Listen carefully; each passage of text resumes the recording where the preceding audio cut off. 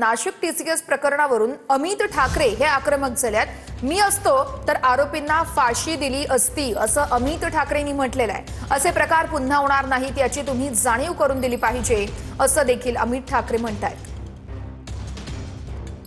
अशा प्रकारे कोणी फसवलं एक एक्झाम्पल सेट करा। तुम्ही जर एक्झाम्पल सेट केलं नाही तर हे असेच करत बसणार। कुठच्या तरी मंत्र्याच्या पाया धरून हे बाहेर येणार लोक। राजकीय पक्ष म्हणून काय मी असो तर फाशी दिली असती।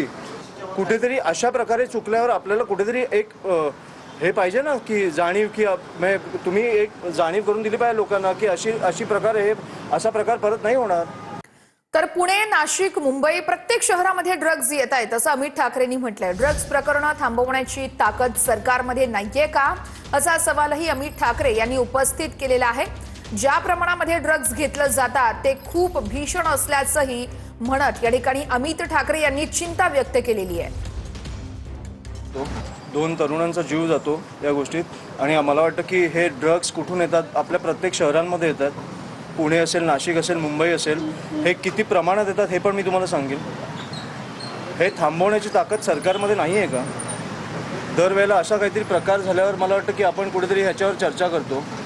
हे थांबवण्याची मला वाटतं की ताकद असली पाहिजे की पोलिसांना तुम्ही एक 24 तासाचा फ्री हँड द्या। हे सगळ्या गोष्टी सुटतील। मला आता कळायला लागले की शाळांच्या बाजूला ड्रग्ज विकले जातात पुण्यामध्ये, नाशिकमध्ये। ही कुठची परिस्थिती आपण कुठे आणून ठेवले आपल्या शहरांना? ह्या कुठेतरी गोष्टींवर आपण विचार करणार आहोत की नाही की एक पार्टीत खूप दुर्दैवी झालं, पण ज्या प्रमाणात ड्रग्ज येत आहेत, ज्या प्रमाणात ड्रग्ज कन्झ्युम केले जात आहेत, हे खूप भीषण आहे। ह्याचे आकडे सरकारकडे नाही आहेत।